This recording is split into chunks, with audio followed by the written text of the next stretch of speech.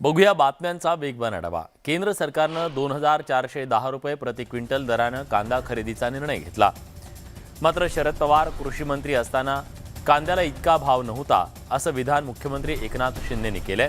त्यावर राष्ट्रवादीचे अध्यक्ष शरद पवार यांनी पलटवार केलाय। केंद्र सरकारनं सध्या दिलेला दर हा अपुरा असून 4000 रुपये दर देण्याची मागणी माजी कृषी मंत्री शरद पवार यांनी केली आहे। कांदा प्रश्नावर आता उपमुख्यमंत्री देवेंद्र फडणवीसांनी थेट जपानमधून हस्तक्षेप केलाय। फडणवीसांनी थेट केंद्रीय गृहमंत्री अमित शाह आणि केंद्रीय मंत्री पियुष गोयल यांच्याशी जपानमधून दूरध्वनीवर संपर्क साधलाय। त्यानंतर केंद्र सरकारनं 2 लाख मेट्रिक टन कांदा खरेदी करणार असल्याचं सांगितलं। 2410 रुपये प्रति क्विंटल दरानं ही खरेदी करण्यात येणार असून त्यासाठी नाशिक आणि अहमदनगर इथं विशेष खरेदी केंद्र सुरू करण्यात येणार आहेत। त्यातून राज्यातील कांदा उत्पादकांना मोठा दिलासा मिळेल। विधान परिषदेतील 12 आमदारांच्या नियुक्तीसाठी मवियानं शिफारस केलेल्या नावांची यादी तत्कालीन राज्यपाल कोश्यारींनी सत्ता बदलानंतर मुख्यमंत्री एकनाथ शिंदेंच्या सांगण्यावरून परत पाठवल्याची कबुली राज्य सरकारनं मुंबई उच्च न्यायालयात दिली। तसंच उद्धव बाळासाहेब ठाकरे गटाचे कोल्हापूरचे शहर प्रमुख सुनील मोदींना सरकारच्या प्रतिज्ञापत्रावर सहभाग याचिका सादर करण्यासाठी वेळ देण्यात आला। या प्रकरणाची पुढची सुनावणी येत्या 20 सप्टेंबरला होणार आहे। केंद्रीय मंत्री रामदास आठवलेंना शिर्डी लोकसभा मतदारसंघातून लढण्यासाठी जोरदार प्रयत्न सुरू केले जात आहेत। शिर्डीसोबत रामदास आठवलेंना त्यांच्या आरपीआयसाठी अजून एक लोकसभेची जागा हवी आहे, कारण 2 जागा जिंकल्या तर आरपीआयला राष्ट्रीय पक्ष म्हणून मान्यता मिळणार आहे। राज्यात आणि राष्ट्रीय राजकारणात आपली छाप उमटवण्यासाठी रामदास आठवलेंना त्यांचा पक्ष राष्ट्रीय पक्ष करायचा आहे। राष्ट्रवादी काँग्रेसमधील बंडानंतर शरद पवारांनी फुटीर गटाविरोधात जाहीर सभांचा धडाका लावलाय। येत्या 25 सप्टेंबरला कोल्हापुरात शरद पवारांची जाहीर सभा होणार आहे। कोल्हापूरच्या दसरा चौकात ही सभा होतीये। ठाकरे गटाचे प्रमुख उद्धव ठाकरेंनी अकोला आणि बुलढाणा लोकसभा मतदारसंघाचा आढावा घेतला। विधानसभा आणि लोकसभेत भाजपला हरवण्यासाठी रणनीती आखा असे आदेश कार्यकर्ते आणि पदाधिकाऱ्यांना देण्यात आले। तसंच वंचित बहुजन आघाडीसोबत लोकसभा विधानसभा निवडणुकीत युती केल्यास किती फायदा होईल या संदर्भात देखील उद्धव ठाकरेंनी पदाधिकाऱ्यांकडून जाणून घेतलं। अमरावती लोकसभा निवडणुकीमध्ये काँग्रेस बळवंत वानखेडे मवियाचे संभाव्य उमेदवार असणार आहेत। निवडणुकी लढवण्यावरून पक्षश्रेष्ठींनी मला हिरवा झेंडा दाखवल्याचं वानखेडेंनी म्हटलंय। संजय राऊत राज्यसभेवर मोठ्या मुश्किलीने गेल्याचा टोला आमदार रवी राणांनी लगावला। आता निवडणूक लढवायची असल्यास त्यांनी लोकांमध्ये जाऊन काम केलं पाहिजे असा सल्ला त्यांनी दिला। अमरावती लोकसभा मतदारसंघाच्या खासदार नवनीत राणा यांना पुन्हा एकदा जिवे मारण्याची धमकी देण्यात आली आहे। त्यामुळे चांगलीच खळबळ उडाली असून या प्रकरणी राजापेठ पोलीस स्टेशनमध्ये तक्रार दाखल करण्यात आली आहे। हे गंभीर प्रकरण असून पोलिसांनी मुळापर्यंत जाऊन तपास करावा अशी मागणी रवी राणांनी केली आहे। 3 सप्टेंबरपासून काँग्रेसची राज्यभरात पदयात्रा सुरू होतीये। ही यात्रा प्रत्येक गावात, प्रत्येक शहरात जाणार आहे। मोदी सरकारच्या योजना कशा बोगस आहेत आणि जनतेला कसं लुटलं जात आहे हे यातून लोकांपर्यंत पोहोचवलं जाणार आहे। नाना पटोलेंनी या संदर्भातली माहिती दिली आहे। सातारा जिल्ह्यातल्या माण खटाव तालुक्यात पावसानं दडी दिल्यानं जनावरांच्या चाऱ्याचा प्रश्न गंभीर झालाय। या भागात सरकारनं लवकरात लवकर चारा छावण्या सुरू कराव्यात अशी मागणी माजी मुख्यमंत्री आमदार पृथ्वीराज चव्हाणांनी केली आहे। 15 ऑगस्ट रोजी छत्रपती शिवाजी महाराज आणि देशाच्या विरोधात साताऱ्यात एक आक्षेपार्ह पोस्ट व्हायरल झाली। या प्रकरणी उदयनराजे भोसले यांनी संतप्त प्रतिक्रिया व्यक्त केली आहे। अशा आक्षेपार्ह पोस्ट देणाऱ्याला जगण्याचा अधिकार नसल्याचं ते म्हणाले। मराठवाडा मुक्ती मोर्चाकडून स्वतंत्र मराठवाडा राज्याची मागणी करण्यात येते। त्यासाठी काढण्यात येणारी रथयात्रा बीड शहरात पोहोचली। या यात्रेचं जोरदार स्वागत करण्यात आलं। दलित चळवळीचे कार्यकर्ते अशोक मेश्राम यांचं हृदयविकाराच्या धक्क्यानं निधन झालंय। केंद्रीय मंत्री रामदास आठवले आणि मेश्राम यांच्या कुटुंबियांची भेट घेत त्यांचं सांत्वन केलं। अशोक मेश्राम यांच्या रूपात दलित चळवळीचा सच्चा कार्यकर्ता हरवल्याची भावना आठवलेंनी बोलून दाखवली। केंद्र सरकारनं कांद्यावरील निर्यात शुल्क 40% आकारण्याचा निर्णय घेतल्यानं शेतकरी आणि व्यापारी संकटात सापडले। नवी मुंबईतल्या जेएनपीटी बंदरामध्ये राज्यभरातील कांद्याचे अंदाजे 150 ते 200 कंटेनर थांबवून ठेवलेत। या कंटेनरमधील सुमारे 3 ते 4 हजार टन कांदा सडण्याची भीती आहे. त्यामुळे व्यापारी आणि शेतकऱ्यांचं देखील तब्बल 15 ते 20 कोटी रुपयांचं नुकसान होण्याची शक्यता आहे. केंद्र सरकारच्या निर्णयाच्या निषेधार्थ नवी मुंबई एपीएमसी कांदा बटाटा मार्केट एक दिवस बंद ठेवण्यात येणार आहे. गुरुवारी मार्केट बंद राहणार असून व्यापारी शेतकऱ्यांना पाठिंबा दिला जाणार असल्याचं यावेळी संचालकांनी सांगितलं. कांदा निर्यातीवर केंद्र सरकारनं लावलेल्या 40% शुल्क विरोधात नाशिक जिल्ह्यातल्या ग्रामीण भागात सलग दुसऱ्या दिवशी आंदोलन सुरूच आहे. येवला, निफाड, नामपूर आणि सटाण्यामध्ये संतप्त शेतकरी रस्त्यावर उतरले. त्यांनी रास्ता रोको आंदोलन करून निर्यात शुल्क रद्द करण्याची मागणी केली. नाफेडच्या माध्यमातून 2 लाख मेट्रिक टन इतका कांदा खरेदी करण्याचा निर्णय केंद्र सरकारनं घेतला. आजपासून कांदा खरेदीला सुद्धा सुरुवात झाली आहे. नाशिक जिल्ह्यातल्या पिंपळगाव बाजार समिती परिसरातल्या नाफेड केंद्रावर केंद्रीय राज्यमंत्री भारती पवार यांच्या उपस्थितीत कांदा खरेदीला सुरुवात झाली. केंद्र सरकारनं निश्चित केलेल्या 2410 रुपये प्रति क्विंटल दरानं कांदा खरेदीला सुरुवात झाली. केंद्र सरकारनं कांदा निर्यातीवर शुल्क वाढवण्याच्या निर्णयाविरोधात आता आमदार बच्चू कडू यांनी टीका केली आहे. केवळ सत्तेसाठी ग्राहकांचं हित जपण्याच्या हेतूनं हा निर्णय घेतल्याचं ते म्हणाले. कांद्याचे भाव वाढल्यावर सरकार हस्तक्षेप करतं, मग भाव पडल्यावर कुठे असतं असा सवाल त्यांनी उपस्थित केलाय. केंद्र सरकारच्या कांदा निर्यात करात वाढ करण्याच्या निर्णयावरून धुळ्यात शिवसेना ठाकरे गटाचे कार्यकर्ते आक्रमक झाले. गळ्यात कांद्याच्या माळा घालत या कार्यकर्त्यांनी जिल्हाधिकारी कार्यालयाच्या बाहेर कांदा फेकू आंदोलन केलं. राज्यभर कांदा आंदोलन पेटलं असताना केंद्रानं क्विंटलला 2400 रुपये इतका भाव जाहीर केला. त्यानंतर आळेफाटा इथल्या बाजार समितीमध्ये 1500 ते 2200 रुपये क्विंटल दर मिळाला. हा भाव परवडणारा नाही, मात्र कांदा खराब होऊ नये यासाठी विकावा लागतोय अशी भावना शेतकऱ्यांनी बोलून दाखवली आहे.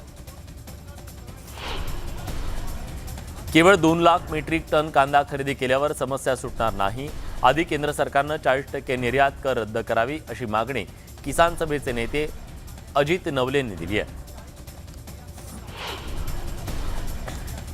सोलापूर कृषी उत्पन्न बाजार समितीत कांदा लिलाव सुरू असल्याचं पाहायला मिळत आहे. यावरून शेतकरी संघटना आक्रमक झाली आहे. दरम्यान लिलाव बंद न केल्यास उद्या बाजार समितीत घुसून लिलाव बंद पाडू असा इशारा आक्रमक शेतकरी संघटनांनी दिलाय. कांदा निर्यात शुल्क वाढीवरून शेतकरी आक्रमक झालेत. नाशिकमधील लासलगाव बाजार समिती बंद असल्यानं 2 दिवसांपासून कांद्याचा एकही लिलाव झालेला नाहीये. दरम्यान परिसरात कांदा आणि कायदा सुव्यवस्थेचा प्रश्न निर्माण होऊ नये यासाठी पोलीस बंदोबस्त तैनात करण्यात आलाय. भुसावळ, मुक्ताईनगर आणि बोदवड तालुक्यात 2 दिवसापासून पावसानं दमदार हजेरी लावली असून पावसाच्या प्रतीक्षेत असलेला बळीराजा सुखावलाय. गेल्या 20 ते 25 दिवसापासून पावसानं दडी मारल्यानं शेतकऱ्यांवर दुबार पेरणीचं संकट ओढवलंय. पुणे जिल्ह्यातल्या सासवडमध्ये द डेक्कन मर्चंट कोऑपरेटिव्ह बँकेची शाखा आगीत जळून भस्मसात झाली. अवघ्या 2.25 महिन्यांपूर्वी ही शाखा सुरू झाली होती. आगीमुळे बँकेतील सगळं साहित्य जळून गेलं असून बँकेचं मोठं नुकसान झालंय. लातूर जिल्ह्यातल्या उदगीर नगर परिषदेसमोरच्या कार पॉइंट हटवण्यात आलाय. या कार पॉइंटमुळे वाहतुकीला मोठ्या प्रमाणात अडथळा होत होता. हे कार पॉइंट हटवून पोलिसांनी रस्ता मोकळा केलाय. कोल्हापूरच्या आयुक्तपदी सिंधुदुर्गच्या जिल्हाधिकारी के मंजुलक्ष्मी यांची वर्णी लागली आहे. कोल्हापूर महानगरपालिकेच्या आयुक्त कादंबरी बलकवडे यांची बदली झाल्यानंतर 2 जूनपासून हे पद रिक्त होतं. गेल्या 2.5 महिन्यापासून या पदावर कोणतीही व्यक्ती नसल्यानं त्याचा अतिरिक्त पदभार जिल्हाधिकारी राहुल रेखावार यांच्याकडे सोपवण्यात आला होता. सोलापुरात पावसानं दडी मारल्यानं भीमा नदीत आणि उजनी कालव्यामध्ये पाणी सोडण्यात यावं अशी मागणी युवा सेनेनं केली. तर दुसरीकडे शेतकऱ्यांनी पावसासाठी विठुरायाला साकडं घातलंय. भर पावसाळ्यात छत्रपती संभाजीनगर शहरातल्या सातारा देवळी परिसरातल्या नागरिकांना पाण्यासाठी मोठा संघर्ष करावा लागतोय. महानगरपालिकेचं पाणी येत नसल्यानं खासगी टँकरच्या पाण्यासाठी अक्षरशः झगडावं लागतंय. विशेष म्हणजे उन्हाळ्यापेक्षाही टँकर महाग झाल्यानं लोक हैराण. बीड शहरातील मोकाट जनावरांचा बंदोबस्त करण्याची मागणी होतीये. 50 ते 60 जनावरांचा कळप मुख्य रस्त्यावर ठिय्या मांडून बसत असल्यानं इथं नेहमी वाहतूक कोंडी होतीये.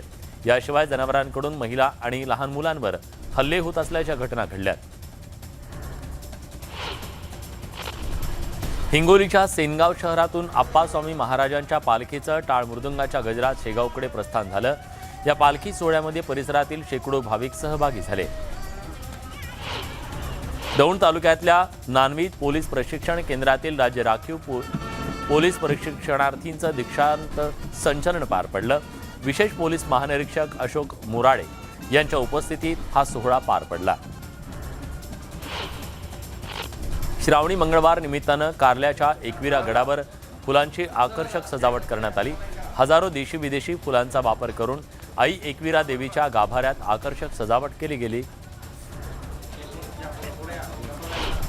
छत्रपती संभाजीनगरमधील हर्सुलमध्ये नागपंचमीच्या निमित्तानं 6 तास कलगीतुरा रंगला. गेल्या 150 वर्षापासून हिंदू मुस्लिम बांधवांमध्ये ही परंपरा जपली जाते.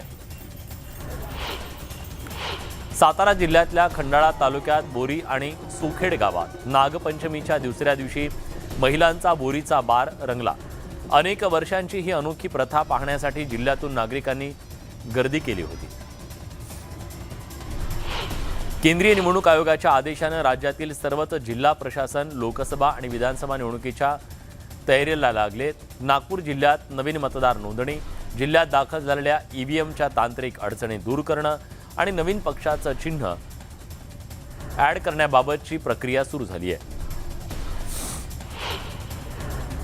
मिरजमधील न्यू इंग्लिश स्कूलमधील विद्यार्थ्यांनी सीमेवरील जवानांना राख्या पाठवल्यात.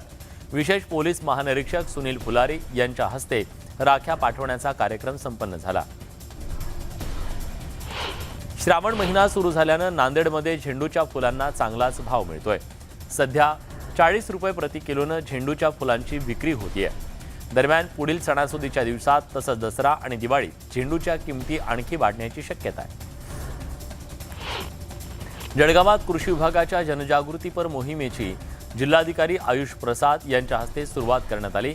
कापसावर फवारणी करताना विषबाधा न होण्यासाठी वाहनाद्वारे संपूर्ण जिल्ह्यात जनजागृती करण्यात येणार आहे. रिक्षा चालवून शिक्षण घेणाऱ्या वसईच्या मिनाज नदाफ या महिलेनं श्रीलंका ॲथलीट स्पर्धेमध्ये सुवर्ण आणि रजत पदक पटकावलंय. श्रीलंकेतील या आंतरराष्ट्रीय स्पर्धेत 5 किलोमीटर चालणं या क्रीडा प्रकारात पहिला क्रमांक तर 800 मीटर धावण्याच्या शर्यतीत दुसरा क्रमांक पटकावून त्यांनी भारताची मान उंचावली आहे. भारताची चांद्रयान मोहीम यशस्वी होण्यासाठी मालाडमध्ये पूजा आणि हवन करण्यात आलं. भारत उद्या इतिहास घडवणार असा विश्वास यावेळी बोलून दाखवण्यात आला. विभागीय आयुक्त सुनील केंद्रेकर यांनी शेतकऱ्यांसाठी बनवलेला अहवाल लागू करावा. राज्यामध्ये तेलंगणा मॉडेलनुसार शेतकऱ्यांना मदत देण्यात यावी, पिकाचे अग्रिम देण्यात यावे आणि अन्य मागण्यांसाठी भारत राष्ट्र समितीच्या वतीनं परभणी जिल्हाधिकारी कार्यालयावरती मोर्चा काढण्यात आला. जळगावच्या फुलगाव ग्रामपंचायतीमधील भ्रष्टाचार विरोधात माजी ग्रामपंचायत सदस्यासह ग्रामस्थांनी आत्मदहनाचा इशारा दिला. लाखोंच्या भ्रष्टाचाराची चौकशी होऊन दोषींवर कारवाईची मागणी करत ग्रामस्थांनी आमरण उपोषण सुरू केलंय. चिपळूणमध्ये भाजप कार्यकर्त्यांनी सामनाच्या विरोधात आंदोलन केलं. यावेळी भास्कर जाधव यांच्या विरोधात आक्षेपार्ह घोषणाबाजी करण्यात आल्यानं ठाकरे गटाचे कार्यकर्ते आक्रमक झाले. पंढरपुरात प्राथमिक शिक्षकांच्या प्रलंबित प्रश्नावर एकदिवसीय थाळीनाथ धरणं आंदोलन करण्यात आलं. शिक्षकांच्या मागण्यांकडे जर दुर्लक्ष केलं तर यापेक्षा मोठं आंदोलन करण्याचा इशारा देण्यात आला. कोल्हापुरातील खड्ड्यांवरून मनसे आक्रमक झाली आहे. रस्त्याच्या कामात 10 कोटींचा भ्रष्टाचार झाल्याचा आरोप करत मनसे कार्यकर्त्यांनी जोरदार आंदोलन केलं. कोपरगाव तालुक्यातील कोळगाव थडीमध्ये अज्ञात समाजकंटकांनी धर्मग्रंथाची विटंबना केल्याची घटना काही दिवसांपूर्वी घडली. या घटनेला 10 दिवस उलटूनही आरोपीला अटक न झाल्यानं तहसील कार्यालयाच्या समोर आमरण उपोषण करण्यात येत आहे. कर्नाटकातील बागलकोटमध्ये छत्रपती शिवाजी महाराज यांचा पुतळा हटवल्याच्या निषेधार्थ लातूरच्या निलंग्यामध्ये आंदोलन करण्यात आलं.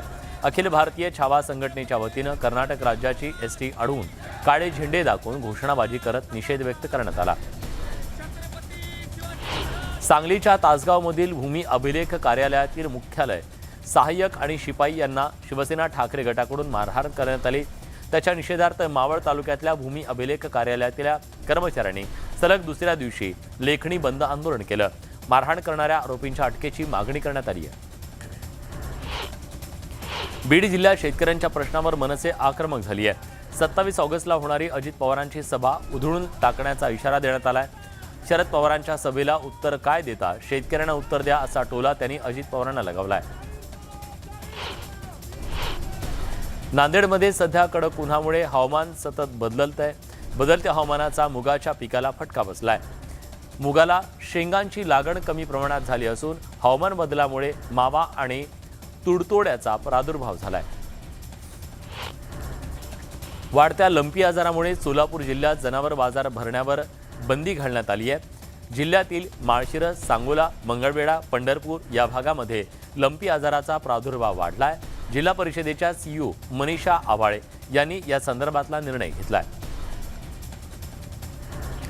ठाण्यातील एका खासगी शाळेत विद्यार्थिनीचं लैंगिक शोषण करणारा शिक्षक सौरभ उचाटेला विक्रोळी पोलिसांनी पोस्को अंतर्गत गुन्हा दाखल करत अटक केली आहे। दुसरीकडे राज्याचे गृहमंत्री इतरांचे पक्ष फोडण्यात व्यस्त असल्यानं गुन्हे वाढत असल्याची टीका वंचित बहुजन आघाडीने केली आहे। विरारमध्ये एका अल्पवयीन तरुणानं जन्मदात्या आईची झोपेत निर्घृण हत्या केली आहे। आईच्या चारित्र्यावर संशय घेत त्यानं हे टोकाचं पाऊल उचललंय। पोलिसांनी आरोपी मुलाला ताब्यात घेतलंय। या सगळ्या बातम्यांसोबत बुलेटिनमध्ये आपण इथेच थांबतोय। ताज्या घडामोडींसाठी बघत रहा न्यूज 18 लोकमत।